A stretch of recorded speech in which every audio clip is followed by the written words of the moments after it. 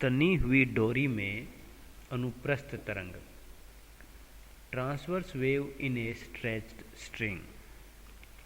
Diagram में एक small L लंबाई की होमोजीनियस, सभी जगह एक समान वाली डोरी को दर्शाया गया है, जिसका एक सिरा ऊर्ध्वाधर जो दीवार है वाई एक्सिस के अलोंग उससे क्लैंप कर दिया गया है, कस दिया गया है, जबकि उसके दूसरे सिरे पर W = mg जो भार है वो एक पुली की सहायता से लटकाया गया है। और यह व्यवस्था इस प्रकार होती है कि डोरी जो है वो OX दिशा में अर्थात क्षैतिज दिशा में स्थित रहे। यहाँ जो डोरी है उसकी कल्पना इस प्रकार है कि वह एक आदर्श डोरी है।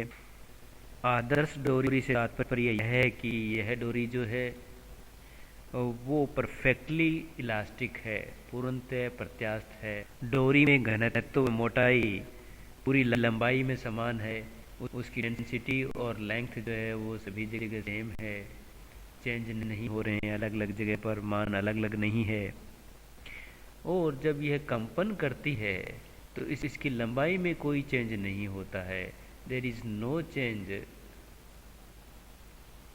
इन length of the string when it is vibrate. तो वाइब्रेशन की सिचुएशन में इसकी लंबाई में कोई चेंज नहीं होता है डोरी की। और डोरी का जो एकांक लंबाई का द्रव्यमान है वो स्मॉल m है। स्मॉल m जो है वो है mass of the string per unit length. अब जब इस डोरी को बीच में से पकड़कर थोड़ा ऊर्ध्वाधर दिशा में या वाई दिशा में खींचकर छोड़ दें तो डोरी में कंपन प्रारंभ हो जाते हैं और डोरी अपनी क्षैतिज दिशा के ऊपर और नीचे कंपन करने लगती है, वाइब्रेशन करने लगती है।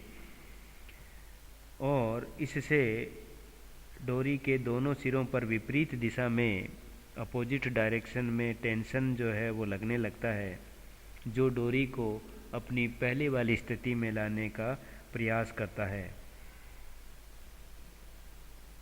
डोरी का जो कसा हुआ सिरा है जो O पॉइंट पर स्थित है उससे X दूरी पर एक डेल्टा X लंबाई के अल्पांश AB की कल्पना करते हैं। अल्पांश AB जो है उसके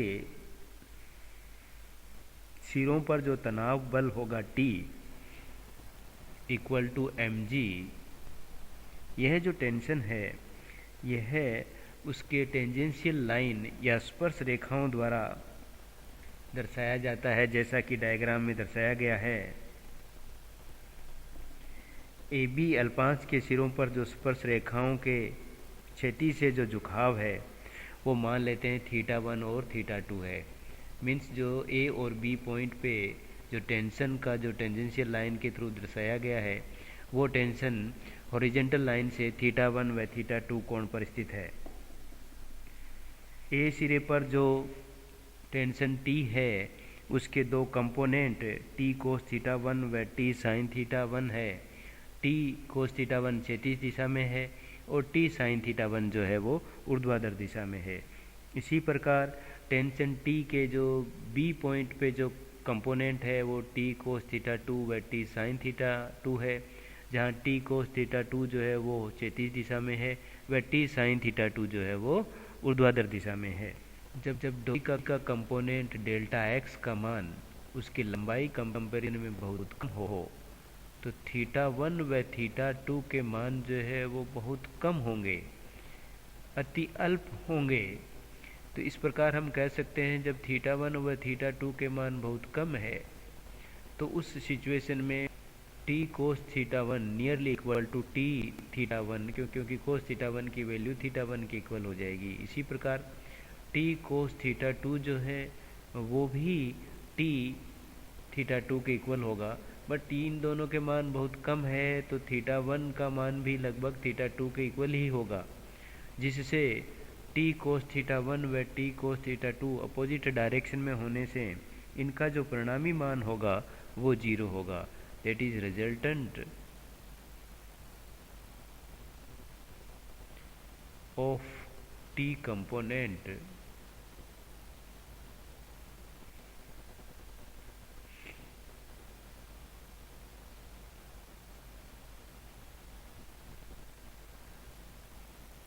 along x एक्सिस, ये जो है वो 0 के इक्वल होगा। इसी प्रकार हॉरिजॉन्टल डायरेक्शन में दोनों कंपोनेंट परस्पर बराबर परंतु विपरीत दिशा में है, जिससे दोनों क्षैतिज घटकों का परिणामी जो मान है वो 0 के बराबर होगा, जिससे resultant force on AB string जो होगा वो y डायरेक्शन में फोर्स की वजह से होगा और उसकी वैल्यू हो जाएगी T sine theta 1 minus T sine theta 2। क्योंकि थीटा 1 और थीटा 2 बहुत कम है तो साइन थीटा 1 को नियरली थीटा 1 लिखा जा सकता है या इसे टेन थीटा 1 भी कहा जा सकता है।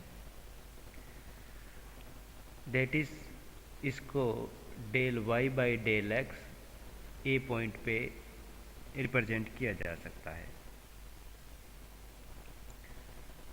या इसे एस ए के द्वारा भी रिप्रेजेंट किया जा सकता है। इसी प्रकार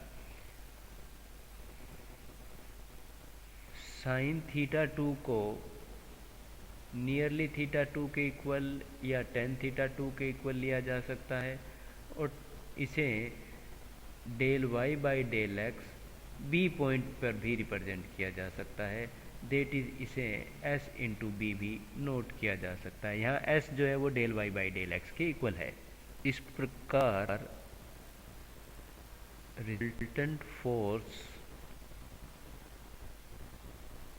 on AB element of string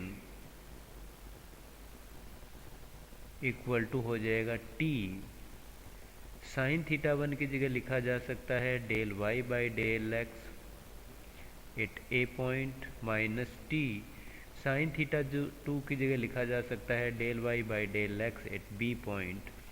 तो यह इक्वल टू होगा T S A minus T S B. यहाँ एस जो है वो del Y by del X के इक्वल है। इस प्रकार डोरी के ए बी एलिमेंट पे जो नेट फोर्स एफ होगा उसकी वैल्यू हो जाएगी T S A minus T S B. और यदि जो डोरी में झुकाव है उसमें परिवर्तन की दर del S by del X है तो फिर S A minus S B equal to हो जाएगा del S by del X into del X, जिससे S A minus S B की जो वैल्यू हमें मिलेगी वो हो जाएगी del S by del X into del x.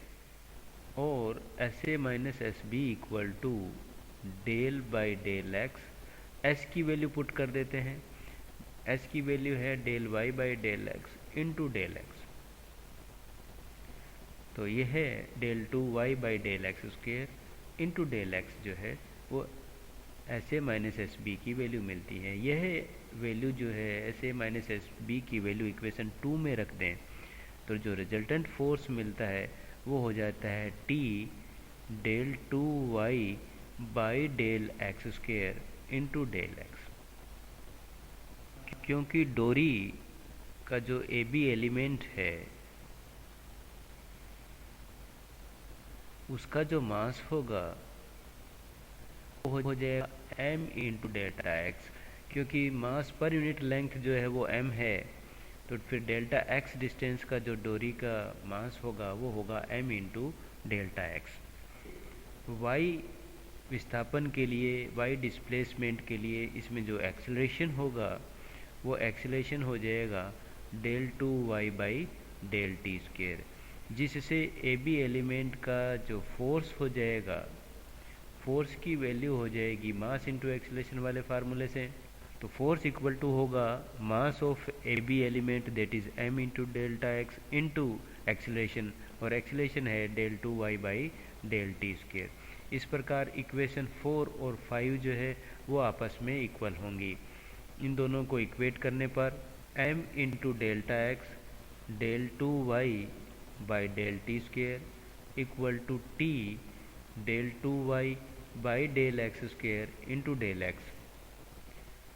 Del X से डेल एक्स कैंसिल आउट हो जाएगा, जिससे del 2y by del t square equal to t by m del 2y by del x square मिलता है।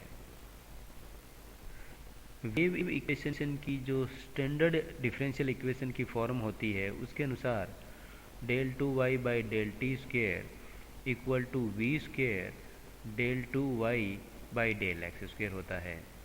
यह standard differential wave equation है। यदि हम इन दोनों इक्वेशन को कंपेयर करें, इक्वेशन नंबर 5 और इक्वेशन नंबर 6 को हम आपस में कंपेयर करें, तो जो वेलोसिटी v स्क्वेयर है उसकी वैल्यू t बाई एम के इक्वल होती है।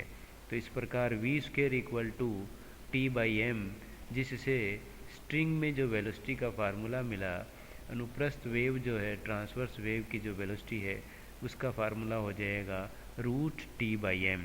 टी जो है यहाँ पर टेंशन है जो स्ट्रिंग में, एम जो है स्ट्रिंग का पर यूनिट लेंथ के लिए मास है। क्योंकि एम जो है वो मास पर यूनिट लेंथ है, तो इसके पाई आर स्क्वेयर इंटू टी के द्वारा रिप्रेजेंट किया जा सकता है, जिससे v की जो वैल्यू हो जाएगी वो हो जाएगी T pi R square into D के इक्वल। इस प्रकार वेलोसिटी जो है वो स्ट्रिंग की डेंसिटी के रूट के इन्वर्सली प्रोपोर्शनल टू और रेडियस के भी इन्वर्सली प्रोपोर्शनल टू होती है। वह टेंशन के रूट के डायरेक्टली प्रोपोर्शनल टू होती है।